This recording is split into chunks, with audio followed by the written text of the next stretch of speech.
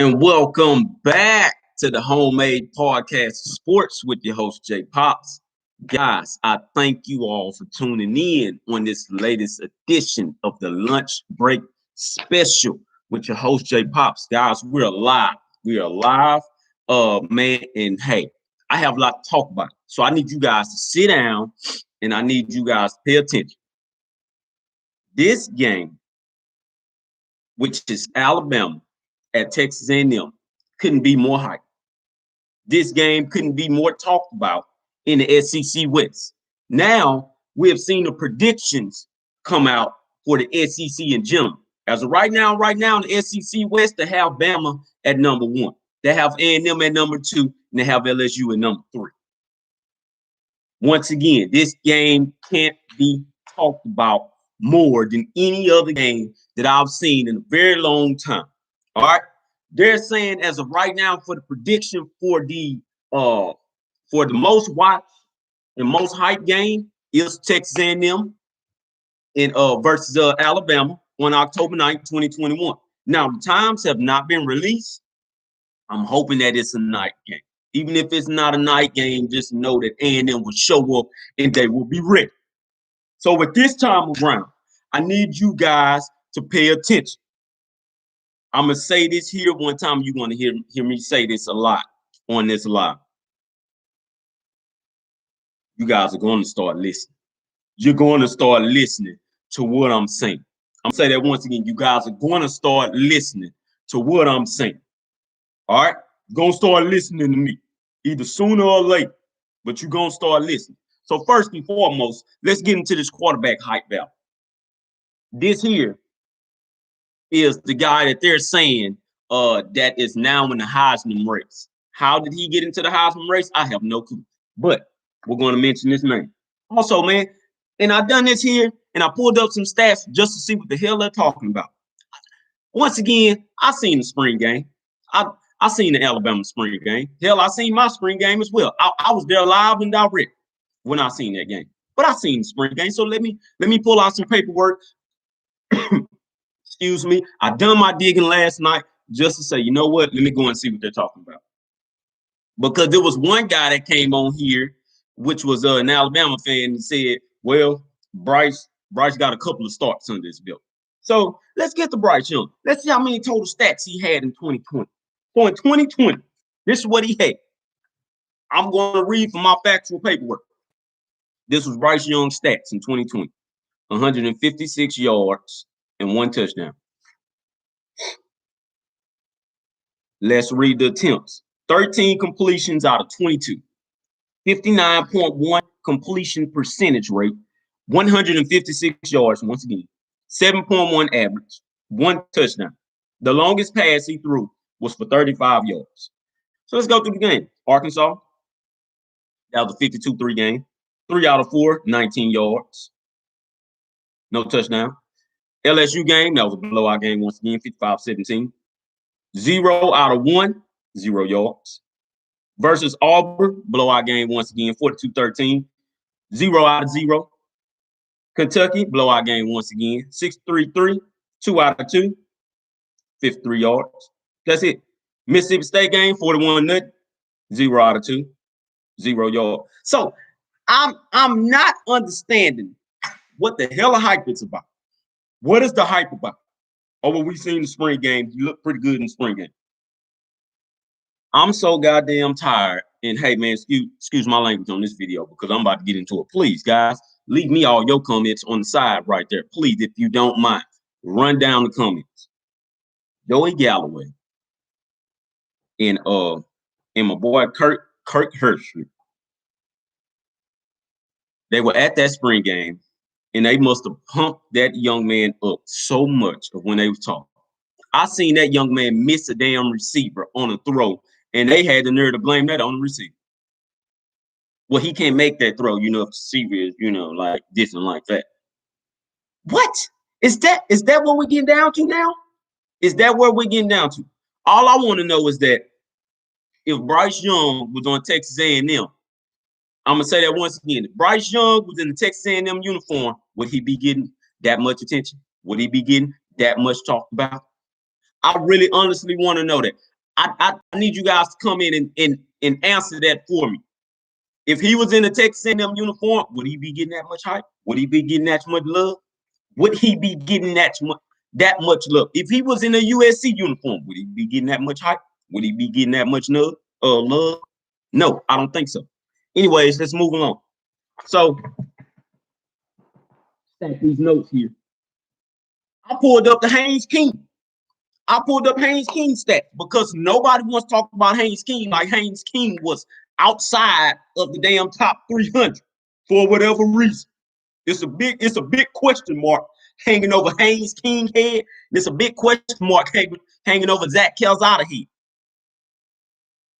So let's go through Haynes King because in my mind, I feel like Haynes King is the starter anyway. All right, I just feel like he's going to honestly win that battle. So let's go through. So Haynes King, 59 yards, 1 touchdown, 1 interception. That's probably why they're not talking about him. Why? Because Bryce Young has 100 more yards passing than Haynes King.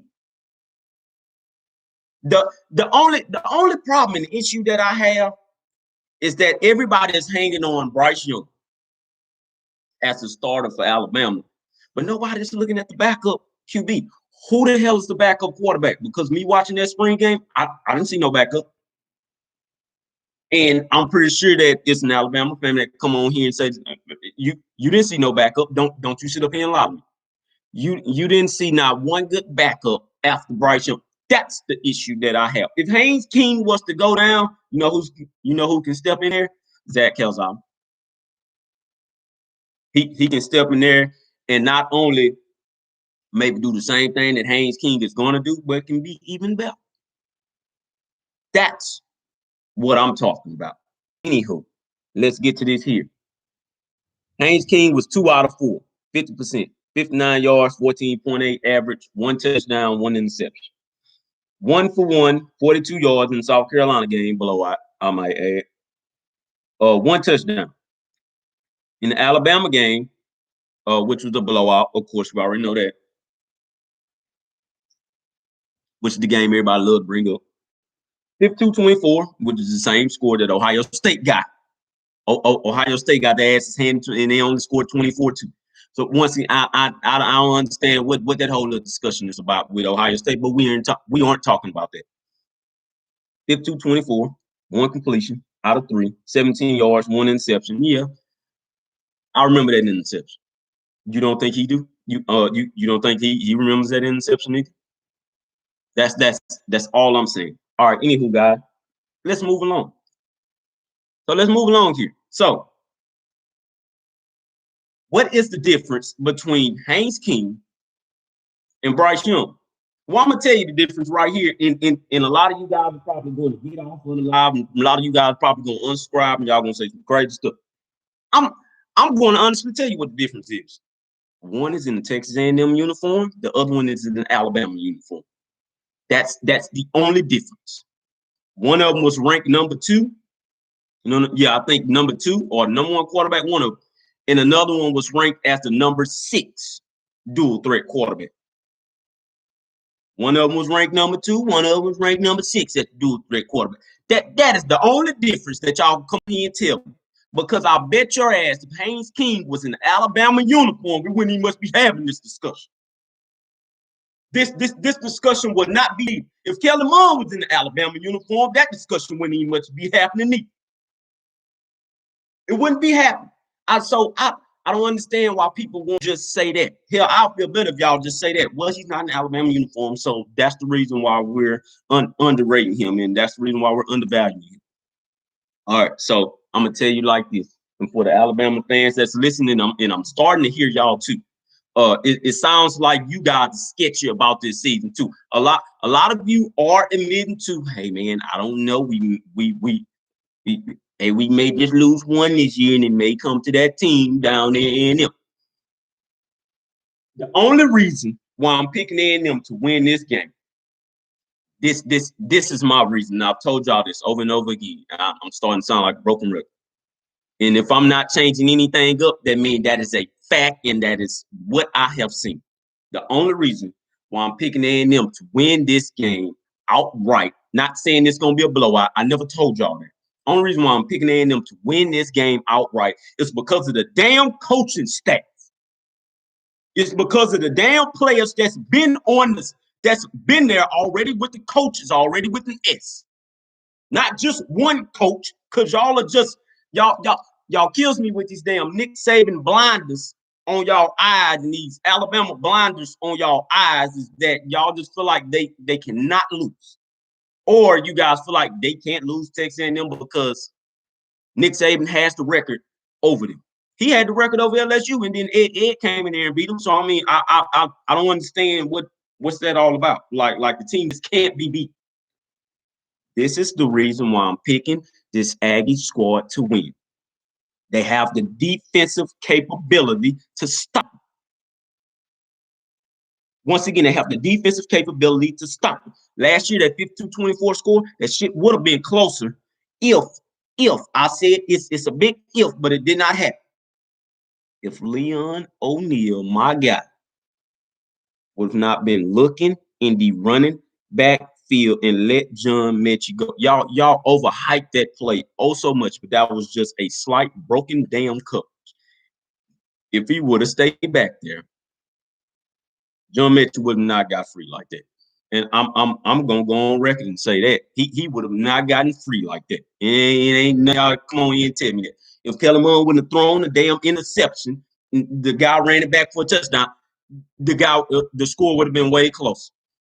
For the simple fact that A&M was right there with them going into the second quarter, and then we just kind of lost momentum halfway through the second quarter, is what gets me. Y'all know these things, but because y'all have these blinders on, once again, y'all are gonna doubt it. For the simple fact that we stopped Najee Harris from running 100 goddamn yards on us, once again, y'all are going to discredit that. For the simple fact that they lost the goddamn game and got their asses up the next game and beat Florida, which was the number 3 team at home, y'all are going to discredit that. I even heard a guy on, no, I'm talking about I even seen a guy on Twitter say, and this is you Alabama fans, this y'all Alabama fan base. There's even a guy that went on Twitter and said this here. And them really wasn't as good as they record was. That is the dumbest shit I've ever heard. That once again, that's the dumbest shit I've ever heard, man. I've ever heard. That is the dumbest damn thing to me. If you guys are saying that, it's just, man, I don't know. I don't know him. I don't. I mean, you guys are killing me and you guys are losing me with that nonsense nowadays. You guys are really, really losing me. Once again, I'm gonna tell you why I'm picking A&M to win this game. Once again, it ain't because I got my damn A&M blinders on. It ain't because I got the Aggie blinders on. It ain't because I got the Aggie fan base blinders on. No, this is real factual shit. This is real factual shit that I'm telling you. A&M has the coaches. A&M now has the depth. A&M now has the goddamn talent on defense. A&M now has the toughness. A&M now has the capability, and A&M has had 2 quarterbacks that has been in the system for 2 years or more. With the same offense coordinator. Didn't nobody leave. The thing that I'm having with you guys with Bryce Young is that Bryce Young has not been in the Bill O'Brien system for over a year. That Bill O'Brien system is really, really hard to catch on, and Deshaun Watson can tell you that shit. I am by far a Houston Texan fan, and I've seen what the fuck, excuse my language, I've seen what the hell Bill O'Brien has to offer on the NFL level. I've seen what he had to offer on the college level with Penn State. Now, true enough, Penn State doesn't have by far the same talent as Alabama and probably never will. But I've seen what he has to offer. That man is not a good goddamn offensive coordinator. And there's going to be a lot of y'all looking at each other like, man, I don't think old Bill going to do. And he's not. If you guys are thinking that he's going to do the same damn, if you guys are thinking that he's going to pick up what Steve Sarkisian left off at, then at this point, you guys really have your Alabama blinders on. Y'all do. Y'all really, really have your Alabama blinders on. That was a Steve Sarkisian offense. And I'm hearing a lot of people say, well, Bill is going to do whatever Nick is saying. I'm going to tell you right now, Bill doesn't take orders lightly. He does not take orders lightly. That is the most stubborn goddamn dude in all of football. That is the most stubborn head coach in all of football. I'm telling you guys what I know, and this is coming from a Texan fan that sat there and witnessed that man, and this is when he was general manager. I know that traded off one of his best damn players on the team and said, hey, Deshaun, well, deal with it. I mean, so what? Deal with it. And Deshaun Watson had to sit there and make plays. A lot of people think that, oh, well, you know, man, he worked with Deshaun Watson so good. Man, that wasn't Bill O'Brien. That was Deshaun Watson doing all that shit by himself. He had no choice. The man had no O-line. I'm going to say that once again. The man had no goddamn O-line behind him. That man made plays on his own. To be honest with you, he made Bill O'Brien. He made Bill O'Brien into being better than what he was. And for the simple fact that we was in that Houston, I'm going to get back to the subject, Houston was in that Kansas City game, had one of the most prolific goddamn quarterbacks to actually keep going and stand on the guy's neck, and he didn't do it. Blew the lead. Blew the lead. But y'all come on here and tell me, well, Bill O'Brien is going to be okay because Nick Saban is there. When the hell has Nick Saban ever called the offense? From my understanding, Nick Saban is a defensive back coach.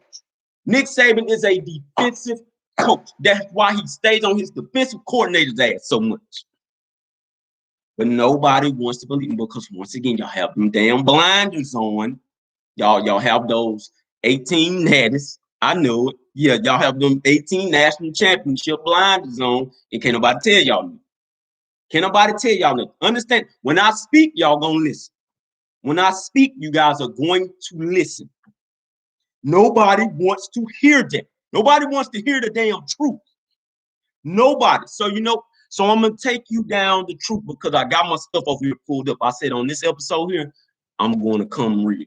And I've been coming real, but I was tired of hearing the damn chatter about this and about that, and that Bryce Young was this, Haynes King ain't really that. We don't know what he really is. I'm going to tell you like this here. And it's going to shock a lot of you guys. But I was thinking about this last night. I made sure that I put this in my notes. This is one of my bold predictions. This is my bold prediction for the A&M ball club. And all my Aggie fans out there, stand up. This is my bold prediction, is that the A&M wide receiver core wins them this game. Mark it down, write it, do everything that you can. Once again, my bold prediction is that this A&M wide receiver core that everybody likes to hang off the cliff about is going to be the reason to why they win this game. Mark my words, Demond Demas in Baylor Cup, in which nobody likes to mention. Everybody is mentioning who is his name? Jaleel Billingsley for Alabama. Demond Demas in Baylor Cup will play this game feeling like they got something to prove. Heaven. Chapman will be the sneaky man in there. You guys remember what John Metchie did to us with that sneaky running down the field? That's going to be Caleb Chapman. Am I trying to compare the two? Hell no. I'm going to go ahead and clarify that right now before you guys come in and clarify for it. Am I trying to compare the two? Hell no. No, I'm not. But I will say that Chapman will be the sneaky one run down that damn field. Y'all going to be like, well, where the hell did he come from? See, this is what I'm telling y'all, man. Jimbo Fisher sat here and he built this damn roster to compete with the likes of Alabama, with the likes of LSU, with the likes of Georgia, with the likes of what's the damn team name that kept on getting in Auburn. He built that roster to compete with those guys because those were the guys that we were losing to on the damn record. Those were the ones that we were losing to on the record. Hell, we were losing to Mississippi State on the regular, and they ain't by far got the damn talent that we got. Never did and probably never will. We were losing to Ole Miss, and Ole Miss, they had the talent, but do they have it now? No. I understand what Lane Kiffin is doing. Let me clear that up too. The offense coordinators that gave Nick Saban the run for his money, and that's why he's looking revamped to this day, are these guys right here. Lane Kiffin. Lane Kiffin was the one that started. For all the Alabama fans that got the blinders on once again and don't want to believe that shit. Lane Kiffin was the one that started that. Steve Sarkisian was no, I'm sorry. Mike Locksley was the one that picked up where it left off at. Nobody likes to get that guy his credit. Mike Locksley picked up, and then Steve Sarkisian, the defensive guy, in which I believe that they are still missing to this day. Kirby Smart has been the one that's been on his ass. But the one that started Nick Saban on his run in quest for a national title, period, was Jimbo Fisher him goddamn self. Why do y'all not understand and believe that? Jimbo Fisher was the one who started that shit with the offense coordinator part at LSU. LSU was nothing when Nick came there.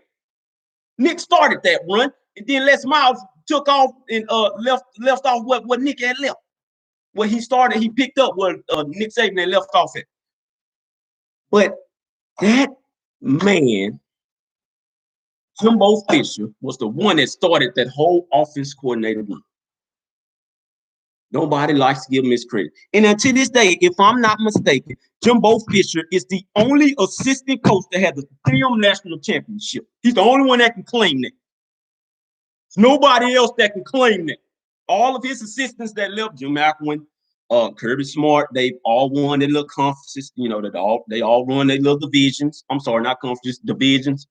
Jimbo Fisher is the only coach that was an assistant that can honestly say, I stepped out on my own, went over and was the offense coordinator for Florida State, and then turned into a head coach, won a division multiple times, I might say, and won a national championship. There's no other coach that can come on here and say that. He's the only assistant coach that can say, I have a 100+ win total record to 33 losses. So this is the reason why we're behind Jimbo Fisher so much. This is the reason to why Jimbo Fisher got paid that much money and quote unquote, what y'all love to talk about. That's the reason. That's the reason. All that well, he really doesn't deserve his money. I'm so tired of hearing that shit. I'm so tired of seeing that shit. Well, he really doesn't deserve that contract. Why not? Well, because he ain't won national title. Okay, well, shit, I guess the same thing can be said for Kirby Smart and others that got this big damn contract that they got. But ain't nobody got one as big as Jimbo Fisher. Man, y'all kills me, man. Y'all kills me. Anyway, we're gonna do this rundown of when A&M was in there for 2012. Just to back up what I've been telling y'all was that Jimbo Fisher in the past 3 years have come in at either number 2 through 4 in the SEC West alone. We wasn't having that run with Kevin Sumlin. We wasn't having that run. That was the whole difference. We wasn't having that run. In the past 3 years, the average recruiting classes for Texas A&M now is 9. That's top 10. What do you guys not understand? I understand that we're not where Alabama is right now, but we're coming. Oh, we're getting there. Oh, we're going to meet y'all. This year alone, we're going to meet y'all. We're going to meet y'all, and we by far have some of the best goddamn talent that has been coached and developed now on the field to compete with y'all asses. Oh, we're coming, man. No, see, that's I told you, man, that's the thing that gets me. You guys got to take off these damn blinders. You got to take off these blinders. It's been the same coaches there, and the same coaches are going to be there still and going to step up and say, hey, man, you know what? Well, we got rid of LSU. LSU now is not being talked about when facing Texas A&M anymore, and that is so damn crazy to me. You want to know why? Because Jimbo Fisher got rid of that narrative. He got rid of that narrative. Oh, they can't beat LSU. Oh, they can't beat LSU. Nobody gives him his credit on his record versus LSU ever since he's been there. And we weren't as talented as LSU neither when we actually played them. Yeah, I said it. We weren't as talented, not on both sides of the ball. So, anywho, in 2012 alone, that was the only time that we were number 2 in the SEC under Kevin Sumlin. After that, that shit started taking the dip, up, dip, up, dip, up. That's the difference. So, also, people love to talk about these scoreboards. Game ain't been close yet ever since he been playing. So what? He knows that. They know that. They're getting it. Nobody will give the man his credit once again of when they played Auburn, I believe, or it was either Mississippi State. One of those games we were supposed to win. We let our guards down for whatever reason, and we ended up losing that damn game. That man has been supposed to have a 10-win record 2 times in the last 3. I'm gonna say that once, 2 times in the last 3 years. Kevin Sumlin only had 1. You want to know why? Because the toughness fell off after the 2012 season. Ever since Jimbo Fisher has been there, he is known that he's got knocked down by Alabama and Auburn and LSU one time, but they have by far gotten their asses up to do it all over again and say, damn that, hey, we're still here. We're still here. That's toughness. That's what we were lacking. We were lacking depth and toughness. Nobody likes to give us that because everybody keeps on looking at the damn scoreboard. The scoreboard says different. So what? So what? He's building on it. Nobody remembers that first year when Jimbo Fisher came and he played Alabama, knowing that he probably wasn't going to win. But he knew that he could get out there and have the capability of competing. And we got beat. We got beat 48-24. I believe it was 42-24. Nobody wants to remember this here. Jimbo Fisher called timeout after timeout after timeout after timeout at the last ending of the damn game, just to show Nick Saban and others that you got me all bit. You got me all bit. I don't give a damn. We ain't finna end this game. And the crowd started booming. But then again, the crowd started clapping like, all right, okay. He coming. He was building something. He was in the building phase. It's in the building phase anymore because he's already built the shit. Now he's trying to put New Year's Six bowls, wins right behind it. He's trying to put playoff right behind what he built, and he's trying to put a national title right behind what he's built. Why do you guys not believe that? Why do you guys not believe that? Because of the color of the uniform, because of the brand, because of the brand. Texas A&M isn't a national brand yet. A lot of people believe that Texas A&M will never be a national brand. A lot of people believe that, I mean, they're a good 10-win team, but I mean, national title, no, it's out the picture. It's out the picture. Although they have recruiting class. People love to talk about our recruiting class, but we just don't have the talent in the coach to win a national title. I don't understand. Like, which one do y'all want? Do y'all want them to have a good recruiting class and win the national title, or do you guys not want them to win the national title? What do you guys want? I understand that everybody wants them to beat Alabama to prove something. The difference is that we play in the damn SEC West, and we don't have to only beat Alabama. After that, you got LSU. After that, you have Auburn. You have to beat all of them in the same year.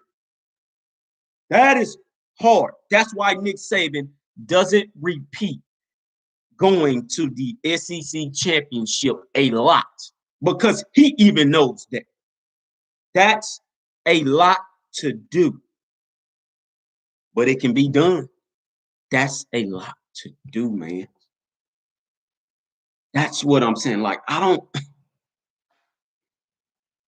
don't understand what you got. Once again, I don't understand what you guys get. And I know for sure that it's the brand, because like I say, if all of these guys that are on this Texas A&M roster were in an Alabama uniform, the discussion will be a whole lot different. If all of these guys that are at Texas A&M was in a Texas uniform, the discussion will be different. If all of these guys that are at Texas A&M were in an Oklahoma uniform, that shit will be different. You guys just don't want to believe that Texas A&M is getting to where they need to be to turn themselves into a national championship caliber. team. Everybody brings up the past history.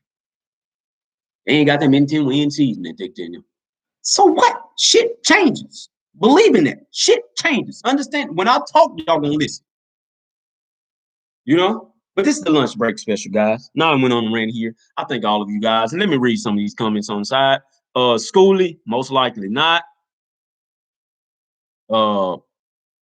Martin J, Jay finally made a live stream. Yes, I have made one. Nicholas Phillips, howdy. Thanks for the content. Yes, sir. You're welcome, my guy. Bow City AVA, Bola AVA. Oh my goodness. 3.3 to 5 seconds blocking for King is a wrap. Him and Demas could play pitch and catch all season. I believe it. I'm with you all the way. Reed Harrison, main worry I have is will our wide receivers step up and get open against Alabama secondary? I feel like that's always been the problem. Wide receiver room needs to step up. Trust me, they're going to come. That's going to be the surprise thing this year.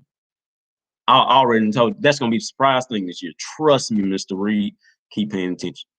Peanut Butter Hero, Texas recruits well and goes to mediocre bowls. Which Texas team are you talking about? I mean, Texas Longhorns or Texas A&M? Because we are now outside of the mediocre bowl thing. The mediocre bowls will not be there anymore this year, bro. I'm sorry. That's out of the picture. It's all New Year's Six bowls and playoffs for Texas A&M going forward. A lot of people think that I'm delusional. A lot of people think the fan base is delusional. Man, y'all, once again, man, y'all kills me with this shit. But it's even the Alabama fan clubs themselves that are now saying that the only game that they are really, really watching out for is Texas A&M. The only game that they feel like they maybe will lose this year is against Texas A&M. It's a lot of people that do not believe in Bill O'Brien.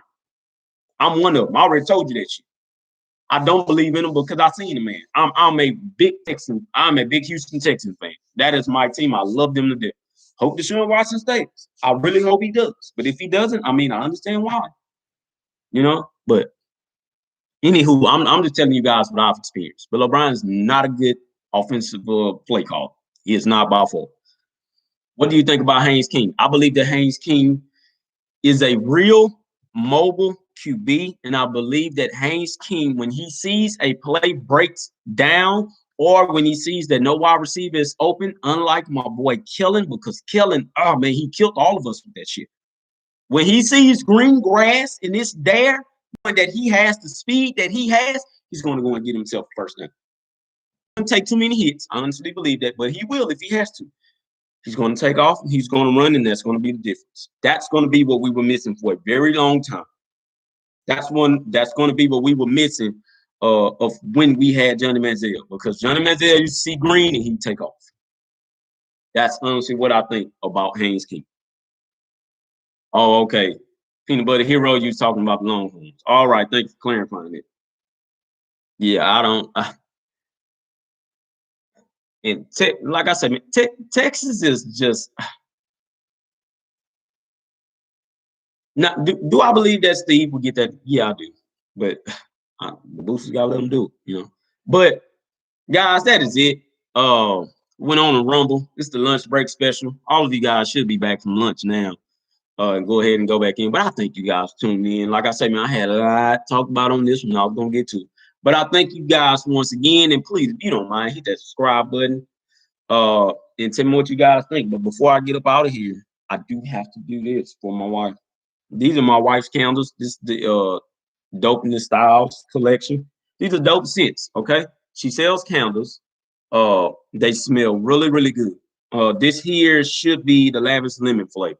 All right. So if you guys want these, please hit me up, man. You guys know where to find me at. Please hit me up. Follow me on Twitter as well at JPops2020. I post a lot of stuff on there. I had to learn how to do the Twitter thing. Yes, I did. But please, guys, hit me up. That's the one. But this is another one that you guys can put inside your wax thing. I think it plugs up into the wall, stuff like that. So just hit me up if you guys want some of these. These smell really, really good. And I just burnt one on yesterday. She's probably mad at me. I tested one out. That's all right. Should be all right. But thank you guys, man. Thank you. Peanut Butter Hero, Iowa State, and Oklahoma will give Texas L's this season. Yeah, I do. So the thing about Texas is that, and we're going to wrap this up after that. The thing about Texas is that Texas love to say about, oh, well, you know, man, A&M needs to come on back. Hey, man, we need to get the rivalry renewed. Blah, blah, blah, blah, blah. Understand this about a rival, because I did say that Alabama is becoming our rival. A rival, the definition of rivalry is superiority. You don't have to be on a win and loss. You don't have to, oh, you need to start winning before you call this a rival. No, you don't. It's about superiority. Okay, please believe that. The thing about the Longhorns is that they don't have superiority in the Big 12 anymore. That's Oklahoma's conference now. That's been Oklahoma's conference for some time now, and they just can't seem to knock Oklahoma off and get that damn conference title. Once again, that is Oklahoma's conference now. If they beat Iowa State, and which I like Iowa State too, I like. If Oklahoma beats Iowa State, they will go and break another record, I believe, and that will be their 7th consecutive Big 12 title. Unheard of, period, in the Big 12. But it will be their 7th consecutive. That's freaking phenomenal and crazy to me. Man, that's crazy as hell, because you got Alabama that's blue blood, and they ain't by far went on no damn 7 run. But that will be Oklahoma's 7th consecutive. All right. The only one that's close to them is Clemson. And I honestly believe that they're going to go on a run and win their 7 to 8 to 9, 10, 11, 12, 13, 14 consecutive to somebody has something to say about that. So before I get up out of here too, this is another ball position. Also, a lot of people hate to admit to the simple fact that Jimbo Fisher almost went, I want to say, man, he was almost at 11-1 that first year he got there with a team that wasn't built to battle defensively. Remember that I said that. They were never built to battle offensively. That was never a concern to me. Defensively, that was always a concern. He almost went 11-1 with a defense that was not as good of when he had got there. A lot of people hate to admit that, but hey, man, like I say, that's it. Peanut Butter Hero, Texas A&M was ahead of the game by coming to the SEC. Yes, because they ultimately gave the Longhorns what they wanted. They wanted superiority of the Big 12, and we gave it to them. They wanted superiority of the money category, and we gave it to them. Do y'all think? Now, Oklahoma's in the way, and Oklahoma will continue to be in the way. And they don't like that because, well, Oklahoma keeps on whooping their ass. All right, so it is what it is. Once again, guys, Homemade Podcast Sports. I love all of you guys. Please, like I say, hit that subscribe button. Get this content when I put it up. This lunch break special, Mondays and Wednesdays. Lunch break special. Once again, guys, I love all of you. #Gig.